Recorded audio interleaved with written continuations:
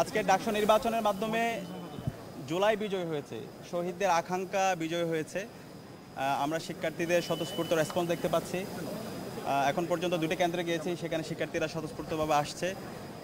আমরা বিশ্বাস করি ঐক্যবদ্ধ শিক্ষার্থী জোটের আমাদের যে প্যানেল, শিক্ষার্থীদের যে আকাঙ্ক্ষার কথাগুলো আমরা বলেছি, শিক্ষার্থীরা আমাদের উপর আস্থা রাখবে। এবং আমরা যে ভোট দিয়েছি সেখানেও সামগ্রিক পরিস্থিতি আমাদের কাছে স্বাভাবিক মনে হয়েছে। তো আমাদের আরেকটু অবজার্ভ করতে হবে। আমরা পর্যবেক্ষণ করছি সামগ্রিক বিষয়। আমরা আশা রাখবো এখানে যতগুলো ছাত্র সংগঠন আছে, ছাত্র সংগঠনগুলো দায়িত্বশীল আচরণ করবে। আমরা যারা প্রার্থীরা আছে আমরা দায়িত্বশীল আচরণ করব।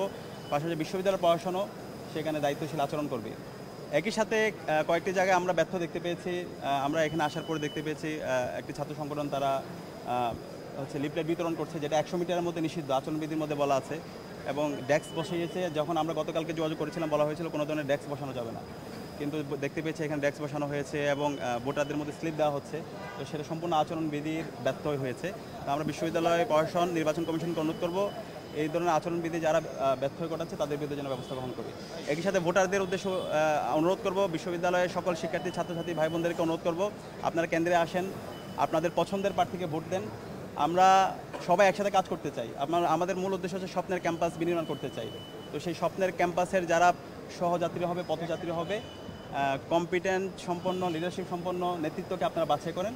এবং আমরা আশা রাখছি সেই জায়গায় ঐক্যবদ্ধ শিক্ষার্থীদের উপর শিক্ষার্থীরা আস্থা রাখবে এবং শিক্ষার্থীদের ম্যান্ডেট পেয়ে আমরা ইনশাআল্লাহ তাদের প্রতিনিধিত্ব করার সুযোগ পাবো।